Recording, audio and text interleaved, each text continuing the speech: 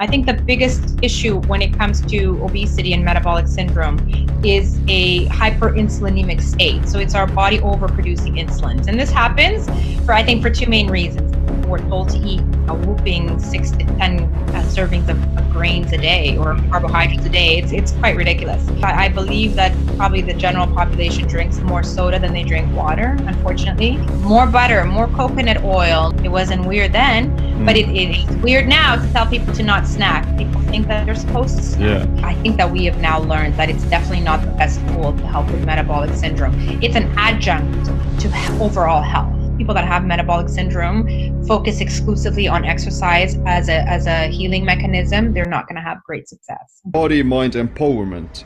Get stronger, faster, smarter, quicker, friendlier, more helpful, more driven. Everything the body needs. Control your mind.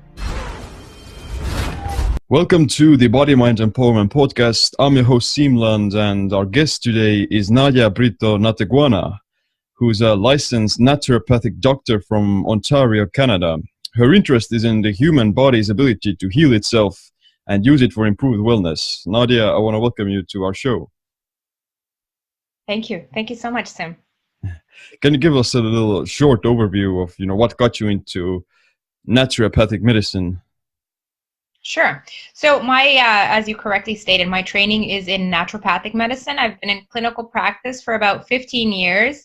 I did go to school here in Canada, in Toronto, in North York, more specifically. My background is in biology. That was my undergraduate degree. My initial goal was to go to medical school. And then during university, I ran into some digestive concerns. I had IBS, and it affected my quality of life quite a bit. And so I decided to look into alternative treatments, and then decided to go into naturopathic medicine as my profession. So that was, I guess, 20 years ago now. And I started the naturopathic college, and in my journey, right after I finished the naturopathic college, I actually went to Southern Africa, which is where I'm originally from. I'm from a country called Mozambique.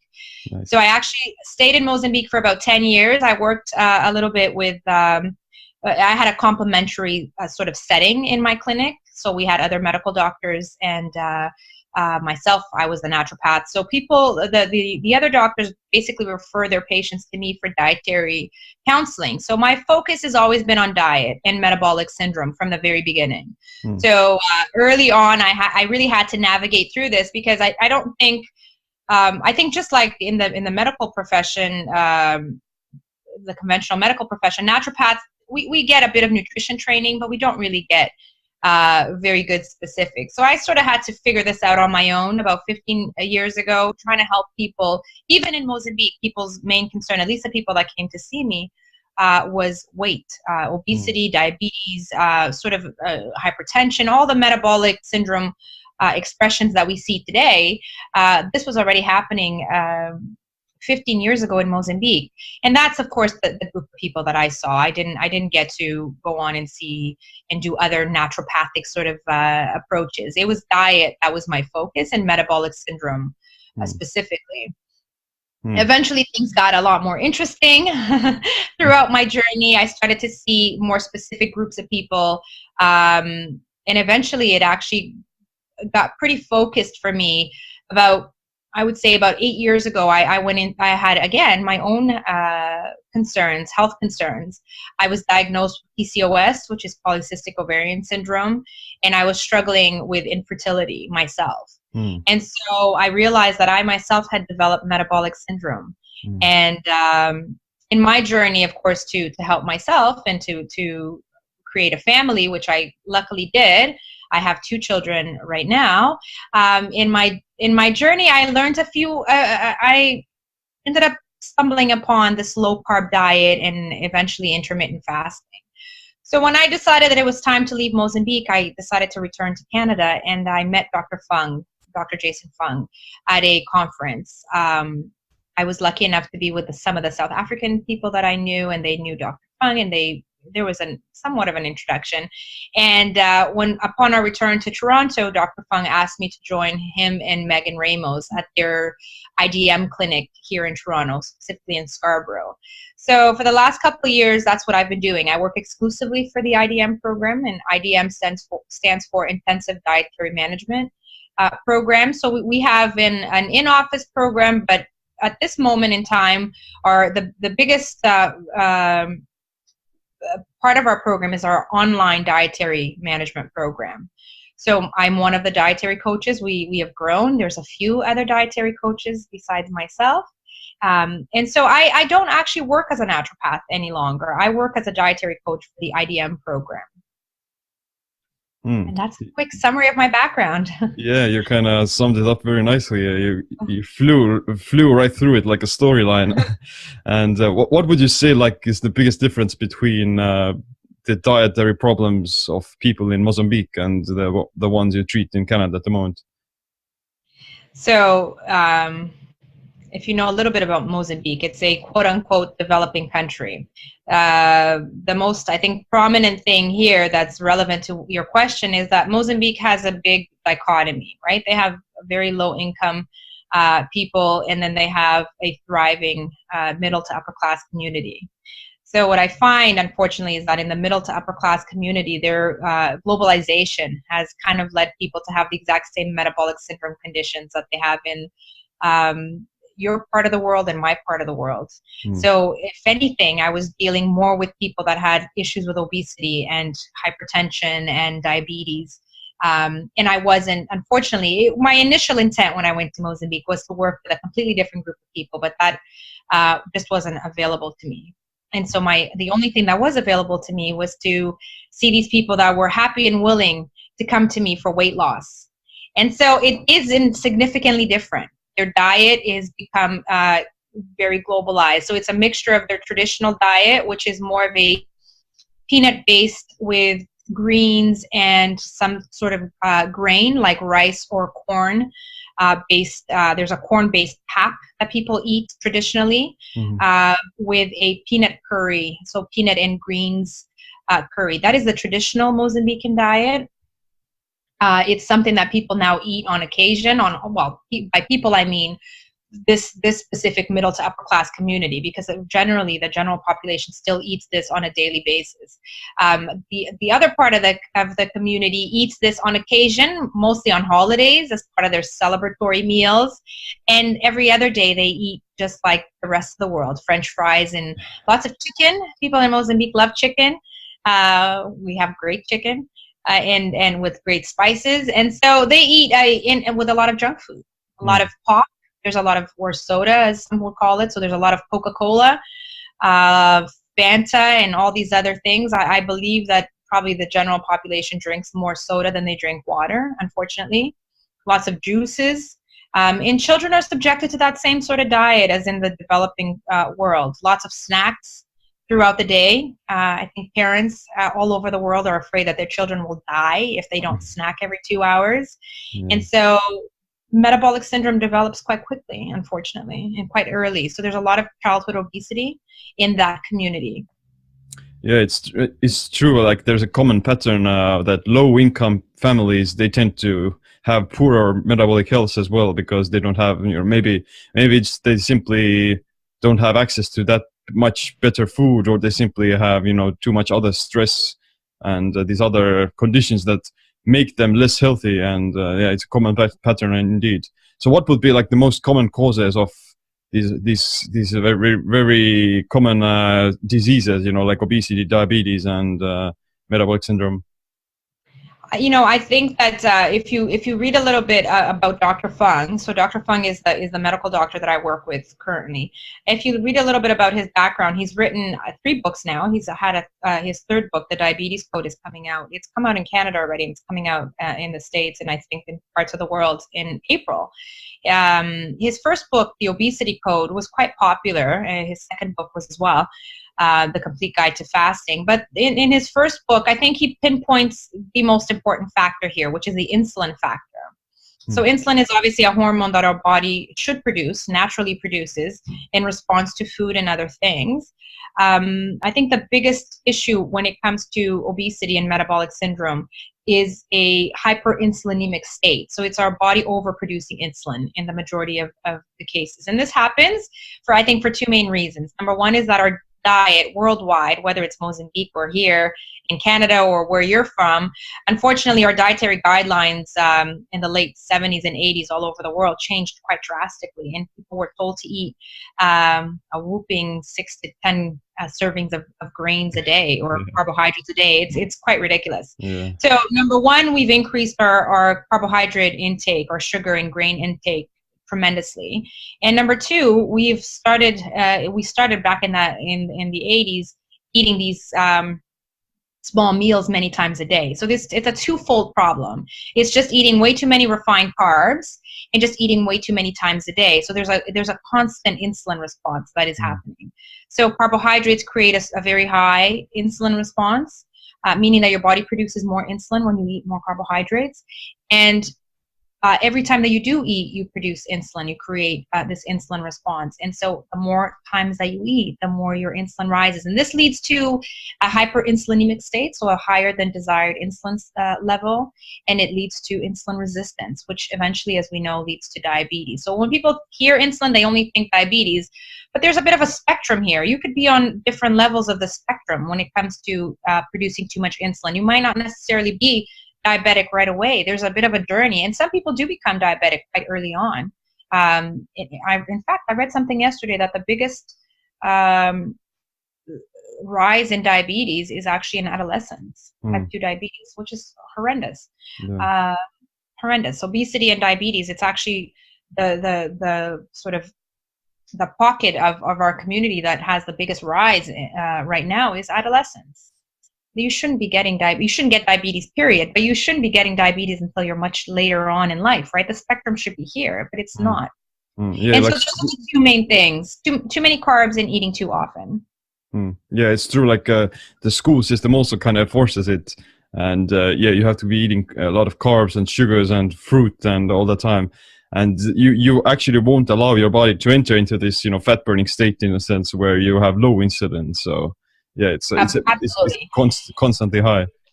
In defense of the school system in hospitals and all public establishments are required to follow the dietary guidelines. So I don't think the school system is a problem. They are required to follow the dietary guidelines. And the current dietary guidelines are to eat many times a day and a high level of carbohydrates, not to mention a lot of other specific things. So the fact that our diet is also riddled with polyunsaturated vegetable oils.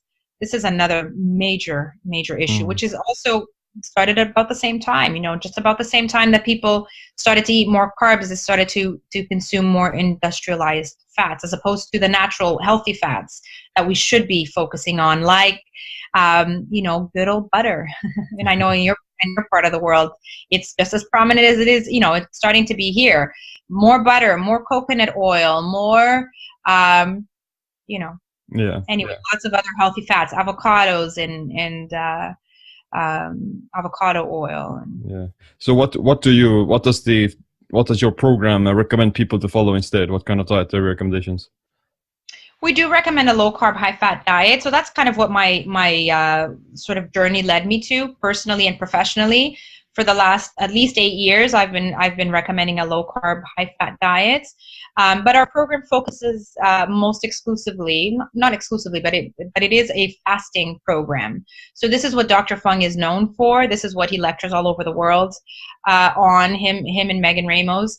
They lecture on intermittent fasting as well as some extended fasting protocols. So we monitor people through intermittent fast, which could be anything from skipping snacks.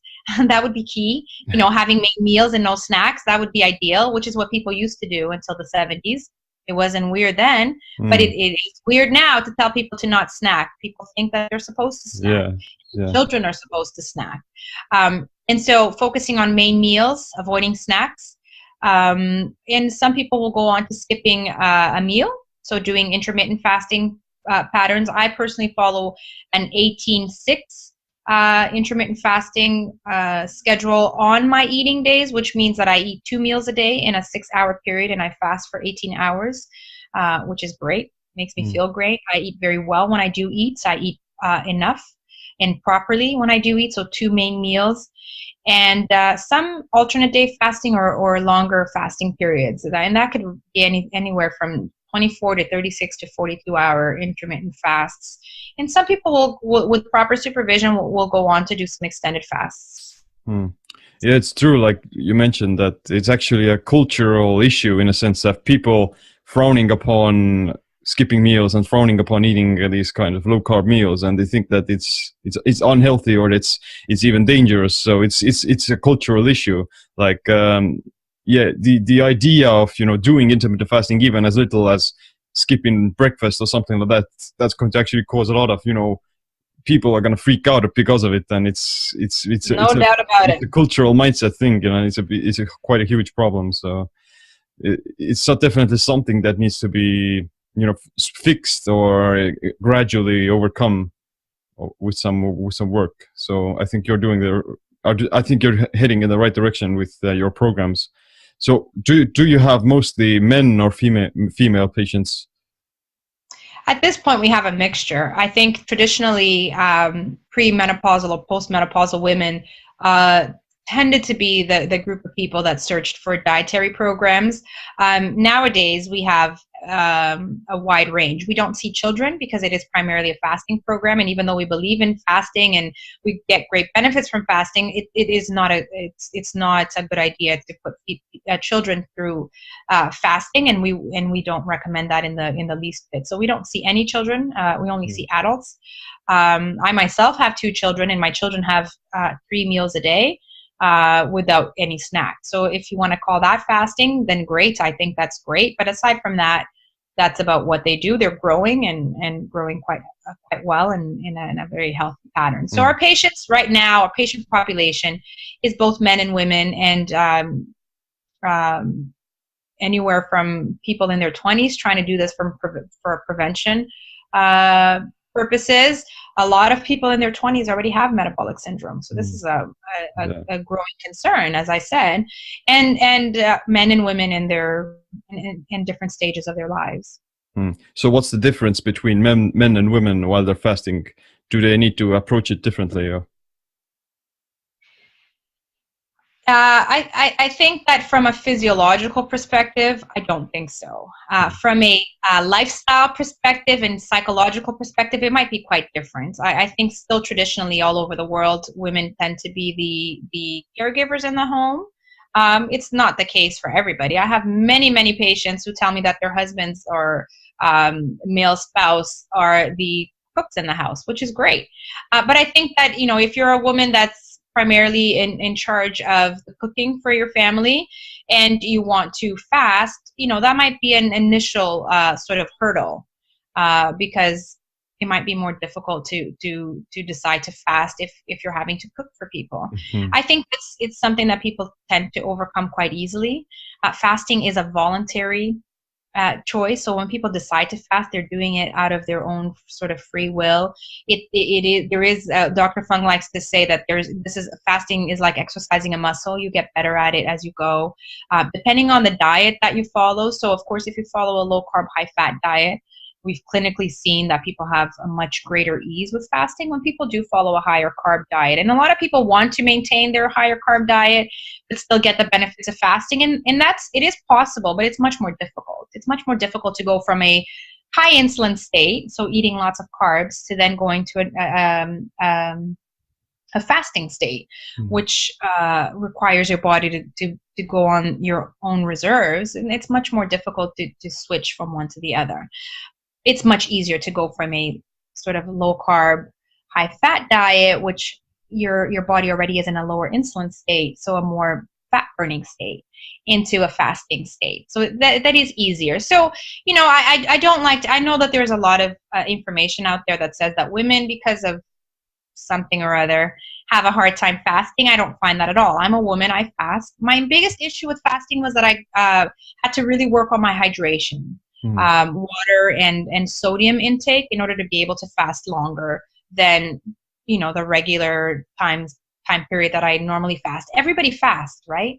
I mean, even if it is for just the period of time that you're sleeping, you're fasting. That's why the first meal is called breakfast. It's break fast. So fasting is a natural state that everybody goes through. It is, as you said earlier, ideally the homeostatic balance is that you're burning and storing and burning and storing. If you're storing all the time, which is what people are starting to do, they're constantly eating, there's going to be an imbalance. Yeah, and I also believe that if you do practice intermittent fasting, then you're going to, like Dr. Fung said, you're going to build up your fasting muscle in a sense. You become more keto adapted, and your body becomes more efficient at using its own body fat for fuel, and you're going to experience less hunger. You're going to have more mental clarity despite the presence or despite the lack of food. And you also protect your muscle tissues and things like that against the catabolism. You're not going to lose your vital organs just because you skipped breakfast or something like that. It's actually a very important part of the physiology that you don't want to lose. 100%. And more energy. The one thing that people cannot fathom and are pleasantly surprised is that they actually feel more energy when they fast and not less energy, even though they're consuming maybe less exogenous. So they don't have to put in a fuel from the outside. They get to burn their own fuel, which provides it's a very stable source of energy, as opposed to this up and down source of energy when you're eating and not eating higher carbs, right? There's a spike, and then there's a dip, and then that feels very unwell after a while. Yeah. So how long do you recommend people to fast for? So on a regular basis, as I said, which is what I call my eating days, which is most days, I recommend a 16-8 or an 18-6 sort of pattern, which means that you fast for 16 to 18 hours and you eat 2 meals, because it's important to not be grazing all day during your eating window, two smaller eating windows. So that's our just general recommendation. So as you said, it might be a shocker for people that you're eating 2 meals a day and that you're skipping a meal. You don't have to skip breakfast. You could eat breakfast and then a late lunch. So then you finish eating by 3 o'clock, 4 o'clock in the afternoon, which is great.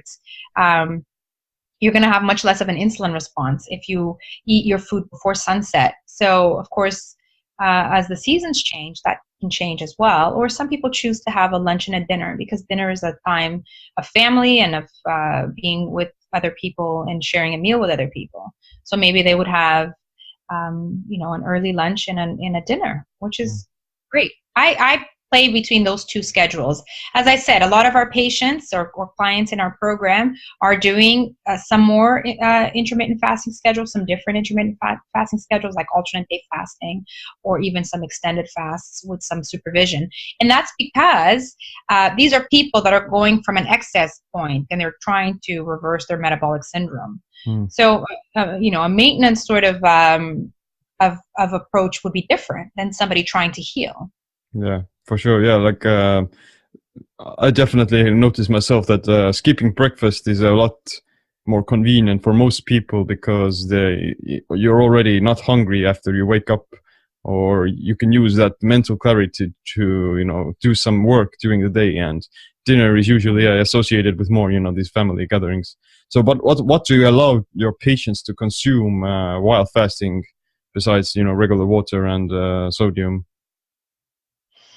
That it depends. It depends. I think a lot of people, as we get to know the benefits of fasting a little bit better, and in 2016, the Nobel Prize for Physiology was won by a Japanese physicist who talked about how fasting can trigger this thing called autophagy, which a lot of people talk about now, which is the body's ability to sort of eat away at its sort of garbage and dead parts and dead protein. And there's so much more to autophagy that we don't even understand. But really, there are so many benefits to fasting that we are learning throughout time. And we kind of, if you look at our history, we know there are benefits to fasting. It's been used throughout the history of human beings as a way to heal, as a way to express spirituality, religion, and everything else. So, it's not something new. Let's just put it that way. And there are known benefits to fasting. So as people get to know more about this and get to learn about an ancient practice, again, they start to, most of the time I find people are trying to learn how to fast, how to have a cleaner fast. So a fast that we do believe that water and sodium is a requirement to fasting. And as I said to you, I myself, my only obstacle, or my biggest obstacle to fasting, wasn't hunger or lack of energy. It was dehydration. So that's a big thing. But there are a lot of things that people choose to have, or we call them sort of crutches or training wheels to get people fasting a little longer. And that's, bone broth is very known in this sort of group of people in this lifestyle. Bone broth, because of the benefits and the electrolytes and all the other components that you can get from, and all our great grandmothers used to make bone broth. Again, not a new thing. I personally do make bone broth, and I do consume bone broth, but I don't consume it during my fast. I consume it on my eating days. But it is something that can help people get through a fast. There are electrolytes in there, so it'll help with dehydration, and some nutrients if you need that little push to fast a little longer. Other people will do some fats. Again, keeping in mind that fat has produces an insignificant insulin response. So it's something that you can use as a little push, a little added fuel, without having your insulin go up during your fasting periods. And so I'm talking about, coconut oil again, or any of MCT oil or avocado oil. People will use different types of oils to push through a fast, just to add a little bit. Again, it's not something you want to be having all the time. These are short periods of fasting. You just want your body to be able to clean up a little bit and sort of burn a little bit until you go in store again, right? So you don't really, if you're doing shorter periods of fasting, you probably eventually anyway, you won't really need anything. You'll feel just fine without any detriment to your health, quite the opposite. But if you need a little push, there's a few things that you can intake. Yeah, I agree that during the initial, fat adaptation period where where your fasting muscle isn't that strong yet, then it can be a good idea to use these kinds of bone broth and bulletproof coffees to satiate yourself and to keep your body nourished. But later, I believe it would be better to skip these kinds of things because, like we mentioned, autophagy. And I'm afraid these bulletproof coffees or MCT oils, they can actually inhibit autophagy. And I would rather. We don't know too much, but we're pretty confident that any amount of fuel calorie would inhibit autophagy. Yeah, and the same. Which is fine. Which is fine. Not yeah. everybody's fasting for autophagy. Autophagy might be a different stage, a different level, a different goal. A later goal. But if you are looking into autophagy, and many people are, you don't want to have autophagy 24/7 either, because I would imagine you would eat up all your tissues. So there are different reasons why to do fasting, and ketosis and fat loss are one, and autophagy and those are the other. So it comes down to the individual and their goals. But what about stuff like dry fasting? Have you had any experience with this? I do not. I don't. I even use caution when talking about that, because I don't think that I know enough. I have zero experience with dry fasting. I have never recommended it to anyone. I do know of people that believe in dry fasting. I've talked to some people who believe in it and have wanted to have a conversation with me about it. I do not have. I have no comfort level around that. So dry fasting, meaning a fast without any water or electrolytes. Of course, again, we all dry fast for a certain amount of time. We all sleep, and most of us don't drink when we're sleeping, and that's a short period of time. How long can we go without water and electrolytes? I have no idea, and I at this point I have no interest in finding out. Yeah, it would be not a wise idea to try and test your limits, so to say, to push yourself to that extremes. I would not recommend it. at all. Well, I tell you that even when I fasted with water and very little salt, I couldn't make it through, you know, even 20 hours. I felt very, very unwell. So I specifically know that in order for me to fast, I need a lot of water and sodium.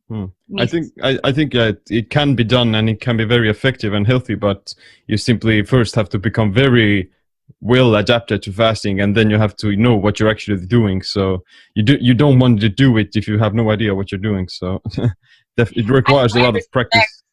You know, I like to think that I respect people's approaches and their own individual approaches. I would never recommend that to somebody, and I would never want to be responsible. And I would never, personally, I don't think that it would work for me.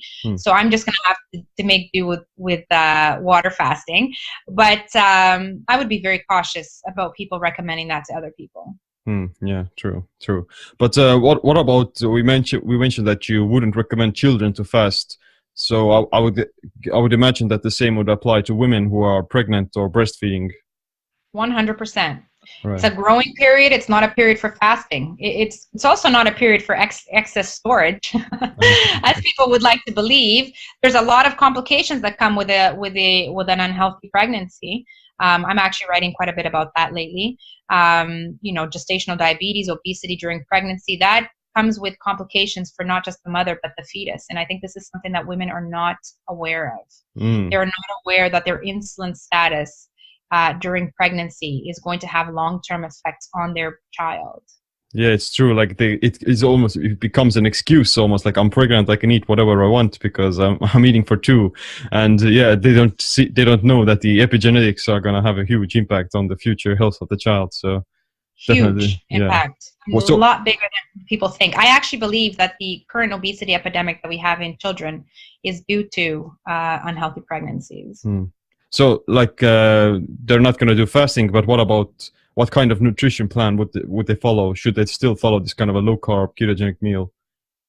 I cannot think of one human being that I wouldn't recommend a low carb, high fat diet to. Not one. I haven't yet come across one person that I would say would not benefit from a low carb, high fat diet. Problem with women when they're pregnant, switching to a low carb, high fat diet from a regular diet is that they can be again exposed to this period of dehydration. So if it was properly supervised and if they had enough information, they could very easily transition. And a lot of women end up transitioning because they develop gestational diabetes. And the conventional, unfortunate recommendation is that they still consume high carb and they just inject or they take medication. But a lot of women choose to change their diet during pregnancy to prevent or to resolve gestational diabetes. So it's totally plausible. I actually believe it to be the healthiest diet, both pre-pregnancy. So this is a big thing, and this is what I'm writing a bit about on right now. Preparing your body for pregnancy is key, I think, in order to prevent complications and in order to spare your child of unnecessary metabolic syndrome. And then you know, maybe one day I'll talk a little bit more or focus a little bit more on diet during pregnancy, which is not something I focus on very much. We are a fasting program. Even my patients that get pregnant, which luckily for me, lots of our patients search for our help to get pregnant, and they successfully get pregnant, which is really my passion. A lot of these women choose to get some advice from me about diet throughout pregnancy, and they take a little break from our fasting program, of course, because they're pregnant, and then they go on to breastfeed, most of them.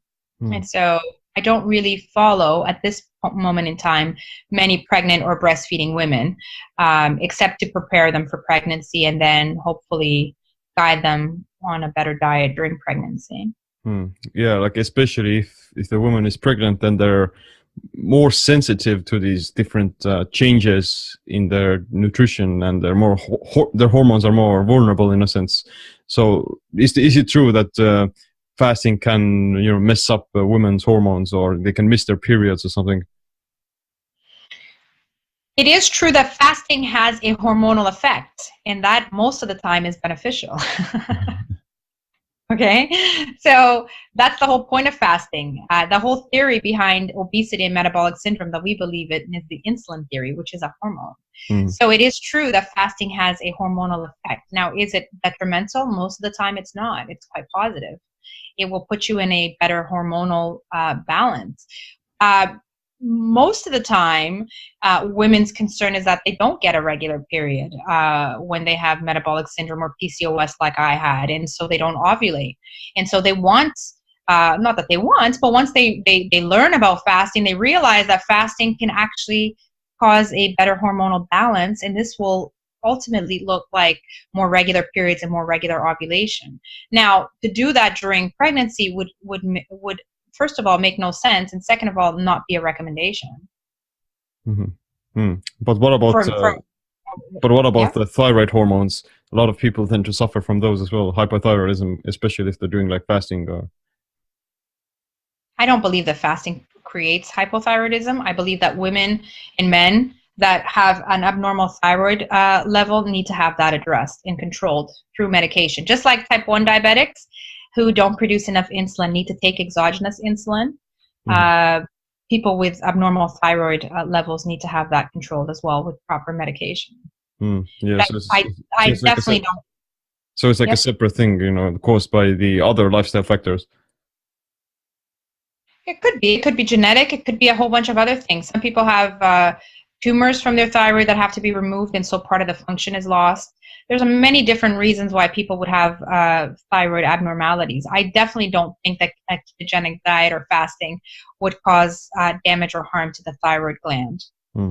Especially if you couple it up with proper feeding and getting enough micronutrients during the actual eating phase. So that's a crucial part as well of it's fasting. Crucial. Yeah. For everybody. In order to fast, you have to feast properly. So we believe in a fasting and feasting approach. Yeah. So how do you break a fast then, and what do you recommend to people eat then?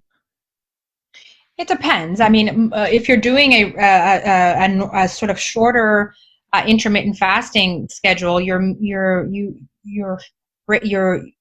meal that you break your fast with is just a regular meal. So myself, for example, when I do a 16 or 18-hour fast, my first meal is a ketogenic. My diet is ketogenic, so it's a strict low-carb, high-fat diet, moderate protein.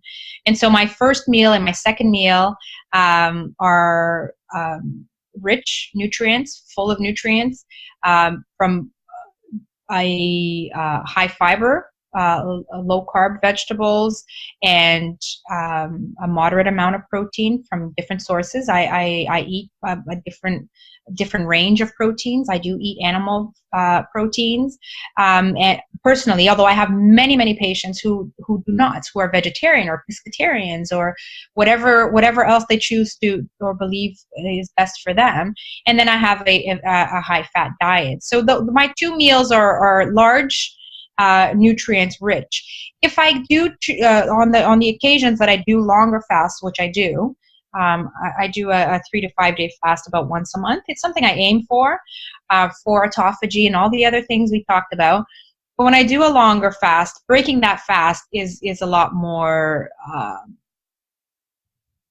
It's a lot different. Typical. So it's atypical. It's an atypical way because my body has less digestive enzymes at that point in time. The body is kind of not produced as many as it normally would because I haven't been eating.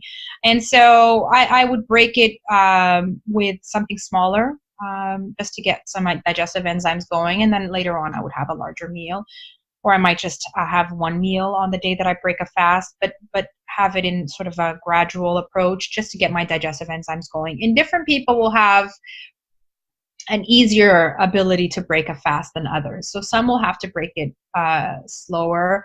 And again, remember that people that are fasting, believe in fasting, have had great benefits of fasting, and are usually pretty well educated on the subject matter, I hope. And so they know their body, and they know that, okay, this fast, I need to break it a little slower so that I don't have a digestive upset. Otherwise, you could feel very bloated, unwell. You don't have enough digestive enzymes. That food could go right through you. You could get loose stools. You could get constipation. You could get a lot of unpleasant feelings. if you were to break a longer fast inappropriately. So it's stuff that we learn along the way and we coach people on. But do you think like something like this carb cycling or having a few days where you consume more carbs and, getting off the ketogenic diet, would it be beneficial for health and longevity? I don't think it's beneficial. I know that a lot of people believe that it is. I'm not sure how that makes any sense. Why would you want to spike somebody's insulin at different periods of time? Personally, I don't see any benefits to it, and there's a lot of reasons why I don't see benefits to it, particularly because I see people with metabolic syndrome. So they have no benefit from going back into a more metabolic syndrome status, number one. Number two, a lot of people, myself included, are very addicted to carbs and are very have a very sort of unhealthy relationship with carbs. And so when they eat carbs, it creates a lot of a binging tendency. People think that fasting creates binging. It does not at all. If anything, fasting will decrease that insulin status, and it makes you crave these sort of foods less. However, people that eat a lot of carbs and then fast will want to eat, will crave, because they don't get that out of their system. And so they're constantly craving. They go through that withdrawal phase. But if you get rid of that, if you eat different foods, your cravings go down. So if you're constantly putting people through this cycle, it's very unpleasant. And it also, you could be going through that whole electrolyte imbalance over and over and over again. So it does not make any sense to me, to be honest. What I do think is that the human nature is we're not perfect. If you see keto as perfection, which I personally think it's pretty close to perfection, I just don't think that people can stay keto. Some people can stay keto all the time. Some people choose to and do very well. I did very, very well on a strict keto diet for a long period of time. That was my choice, and that's how I overcame my metabolic syndrome, and I felt very, very well. I'm currently in a maintenance phase, and so it's a lot of this, and it's not as easy. And so I do think that there is some sort of involuntary or unwanted carb cycling that can happen. And so the question is, how do you get over that? What do you do after you've had higher carbs? Because it puts your body in a totally different state. It puts your body in a retention state. You feel very bloated. You feel a lot of craving, and it can even affect some people's emotional stability, myself included. If I eat more carbs, it does have I have PCOS, or at least I have a history of PCOS, which has some sympathetic nervous system effects. And so it does affect my emotional stability. I feel a lot better. There's a lightness that comes in, a lot more energy that also comes with being in a lower carb diet all the time.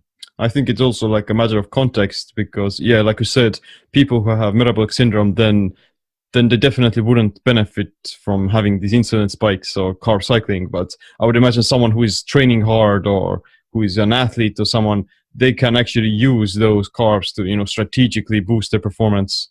And that's a very good point. And that's and we have been this is something that's been brought up to us all the time. Myself, Megan, and Dr. Fung, as well as our other dietary coaches, we see a handful of athletes. I actually personally don't see any, except for maybe recreational athletes.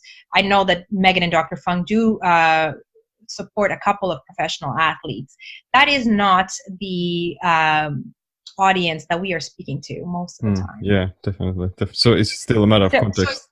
So it's not even something I feel like I am, if I am an expert in anything, which I don't think that I would call myself that, but I definitely, that is not my focus, is not professional athletes who need to carb cycle. And I don't even know that they do, to be fully honest. I think that there's enough people out there that have trained athletes and now focus on metabolic syndrome who don't believe in carb cycling either. So and unfortunately, a lot of athletes who are exercising at high levels, they still have metabolic syndrome and diabetes, so they would still benefit from having following a low carb diet and doing it. Bingo. I think we know that although exercise is an excellent and necessary tool for humans, I think that we have now learned that it's definitely not the best tool to help with metabolic syndrome. It's an adjunct to overall health. But if people's people that have metabolic syndrome focus exclusively on exercise as a healing mechanism, they're not going to have great success, unfortunately. I wish that they did, but they don't. Yeah, if it were only in, calories out, then it'd be so easy. Yeah.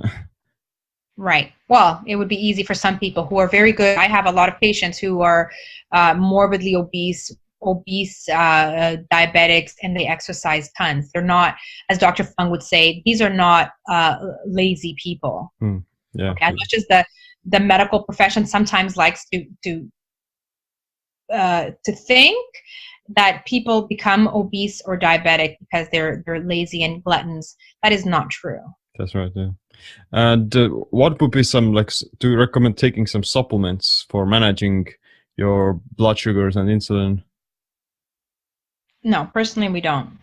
It's all about the diet. I mean, there's sometimes people are deficient in something and they need to supplement with that. It's not what we normally see. Again, we see people with metabolic syndrome, so we see people with a disease of excess, not a disease of deficiency. So it's very rare that the people that we encounter have deficiencies of any sort. Sometimes people might have a vitamin D deficiency or a B12 deficiency or some sort of electrolyte deficiency, and that needs to be addressed. But what about things like metformin or the very commonly prescribed for most people? Our program is a dietary program, so we give zero medical recommendations. We do require that people have proper medical supervision. So there are always medical requirements for different people. As I mentioned earlier, some people have thyroid concerns, and that needs to be addressed. Some people have all kinds of concerns. There's all kinds of things that people have when they come to see us.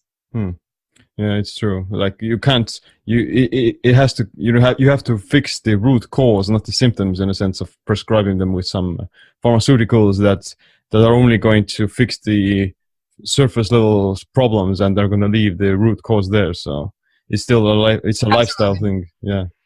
And Dr. Fung is a medical doctor. He's a nephrologist. He's a kidney specialist. So obviously his patients that he sees, very often he has to put them on some sort of medication or other treatments like dialysis for kidney failure. So of course that's his scope of practice, and that is what he does. That is not my scope of practice. I am a dietary coach. So specifically I'm a fasting coach. So I'm here to help people fast.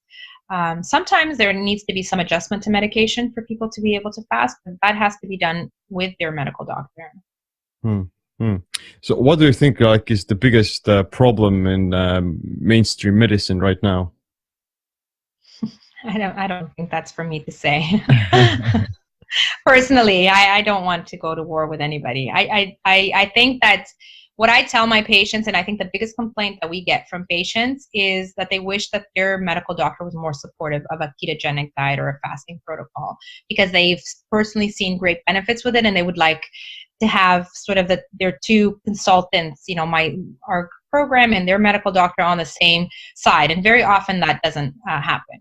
A lot of conventional medical doctors don't know enough about this, don't care to know enough about this, and don't really believe in it because this is not how they were trained. They were trained with the whole calorie in, calorie out theory of obesity or metabolic syndrome. So I think that things are changing, will change over time. I think that, as we were talking about schools before, I don't think schools are the problem. I think that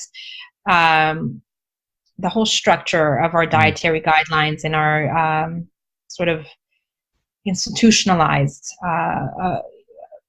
approach to diet is the main issue. Can we change that? I hope so. It probably will have to be this sort of bottom-up sort of approach, as people will have to revolutionize and hopefully get some changes to this. There would need to be some serious changes to our dietary guidelines in order for people to improve their health. What kind of changes would you think should be immediately done, or what should be fundamental changes? I think our labeling laws are terrible all over the world. I think that the general dietary guideline is horrible. It's still, in most dietary guidelines, they're still recommending that people have these polyunsaturated vegetable oils, and I think that's pretty big poison, and it's still being recommended for people, as heart health, and the heart associations all over the world and the obesity associations all over the world are recommending that people eat low fat still. This is a major issue. And this idea, even yesterday I read something for PCOS and fertility, they're recommending that women, same sort of thing, eat many small meals throughout the day to keep their blood sugars stable. This is what causes metabolic syndrome, one of the reasons for metabolic syndrome in the first place. So how are you helping somebody by telling them to eat more often? You're not. And to eat whole grains, you know, again, you're going to have higher insulin responses. If your problem is insulin, and a lot of the people that, well, obviously we see, but a lot of the concerns all over the world, this is one of the primary concerns, right? Obesity, diabetes, and now cancer. Now we know there's a huge link between sugar and cancer. So between insulin and cancer. And so how are we helping people by telling them to eat more often and more carbs? We're not. Yeah, even like not just cancer, also like Alzheimer's and Parkinson's, those are all getting tied back to blood sugar management and insulin. So it's 100%. it's a huge issue, and it seems like there's one common factor here that people are just not wanting to get. I think maybe some people don't know about it, and some people just ignore it. Yeah, and one of the easiest ways, or the most proven ways, or the most effective ways so far that we have, are, you know, low carb ketogenic dieting and fasting. And yeah, it's weird, you know, why it hasn't been supported that much yet. So we still have a lot of room to grow as a society.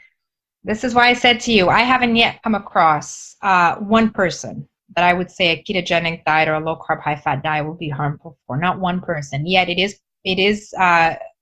still to this day, you know, very often when they talk about diets, they'll call the keto diet the most fad diets or the most dangerous diets, and I'm not quite sure how that's even possible. It's the only approach. It's been used forever and ever. I mean, it's been used for children with epilepsy since before the 1920s. That should tell you a lot. If a ketogenic diet can help people with epilepsy, children with epilepsy, that's for me, that's tells me a lot. It might not make sense to people that I'm saying this, but if you look into it, it would make a lot of sense.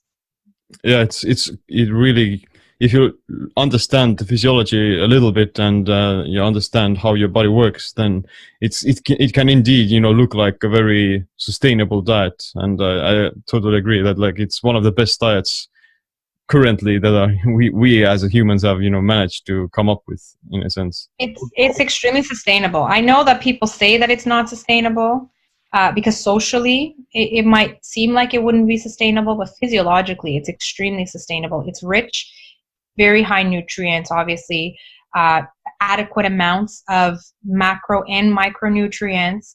And like I said, for those of us that have some, you know, unhealthy relationships with food, if you are in a ketogenic state, consuming a proper ketogenic diet, you are not craving, not struggling. This is not a willpower game. That for me is key, because that's what helped me personally. Yeah. Can you tell us a little bit more about your program with Dr. Fung? What does it look like, or how can people learn more about it? Okay, so I can give you our website. It's idmprogram.com. So as I said, IDM stands for Intensive Dietary Management Program.com. We currently have an online dietary program with a few different coaches. It is a group program, which means that people get individualized care within a group context, which is important, I think, because you not only get to talk to a coach one-on-one, but you get to listen into other people's journeys, experiences, questions. It's very interactive, very supportive. There's a big community feel to it, which is really very positive. And so that's currently what we offer. Dr. Fung, as I mentioned, is a nephrologist. Megan works with him personally with their patients, and he continues to be a practicing medical doctor here in Ontario. So his focus is nephrology. So he sees kidney patients. But the IDM program in and of itself is a online dietary program. So anyone can, you know, enroll in it, no matter what place of the world they're watching from. That's right. So the majority of our patients are currently in the United States, We have some Canadian patients. Of course, we're in Canada, Australian, UK, all over Europe, all over Asia. We have a whole bunch of, the Middle East. You name it.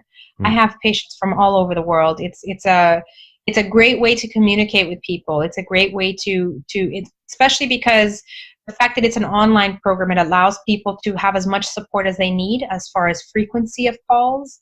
It's very interactive, and it has worked out quite well. We've been doing this for a little while now. Because most people of the world are diabetic. Even the biggest populations like India and China, they have a lot of issues with diabetes as well. So it's great that you can do it, worldwide. Yeah, absolutely. Absolutely. We do have a big, even here in Toronto, we have a big Asian community, and that seems to be, their disease, without a doubt. Might be a cultural thing again. It's a combination of factors. I think it's a genetic factor combined with this whole globalization. As I was telling you about Mozambique, it's a mixture of their own cultural diet with a huge sort of sugar insurgence from sort of Western, although I don't think it's a Western diet any longer. I think it's a global diet. Yeah. Well, Nadia, I've really enjoyed talking with you on this podcast, and I'm also going to ask one of my last questions, which would be like, what would be this advice or practice or a habit that you wished you'd adopted earlier that improved your body and mind? Fasting, no doubt. At least proper periods of fasting. What got me in trouble to begin with, besides my poor dietary choices, was the fact that I ate too often. I would eat small meals. In fact, I wouldn't eat meals. I didn't like meals. I hated meat and vegetables. All I wanted to do was eat carbs. And so I would eat a very small amount every couple of hours. That's what got me in trouble. I wasn't even obese by the time I had metabolic syndrome. I had basically everything else. And that was caused by frequent snacking. No doubt about it. It's not a genetic thing. My family doesn't suffer from metabolic syndrome. My mother doesn't suffer from metabolic syndrome. I created this myself, unfortunately, because I didn't know better. Yeah, that's unfortunate. But luckily, you're on the right track, I believe. Thank you. Yeah, and you mentioned the websites where people can get in touch with Dr. Fung and your program. But what about your own personal social media platforms, or where can people find you personally? I do have a website. I also have a Facebook page. At this point, I work exclusively for IDM. So anything that I do is somehow related to IDM. But I do have a website. My website is drnadia.com. So you spell Dr. DOCTOR and then my first name, NADIA.com. I share a lot of stuff on there. I have a blog. I share recipes, a lot of information about fasting, and very little about fasting, actually. Most of the fasting information comes from our IDM website, but a lot about the ketogenic diet and my own personal preferences and opinions. Well, thank you for coming onto the show, Nadia, and definitely I wish you great luck and some more accomplishments in the field of medicine, and I hope that people do find their way to your program, and if they need to improve their health. And I believe that it's indeed something that's going to be the norm in the future. So you're heading in the right direction, I believe. Thank you. This was very nice of you, and it was a pleasure. I enjoyed. Yeah, thank you. That's it for this episode. Make sure you leave us a review on iTunes and other social media platforms. And other than that, subscribe, click the like, notification bell as well, like always. Thanks for watching. My name is Siim. Stay optimal, stay empowered.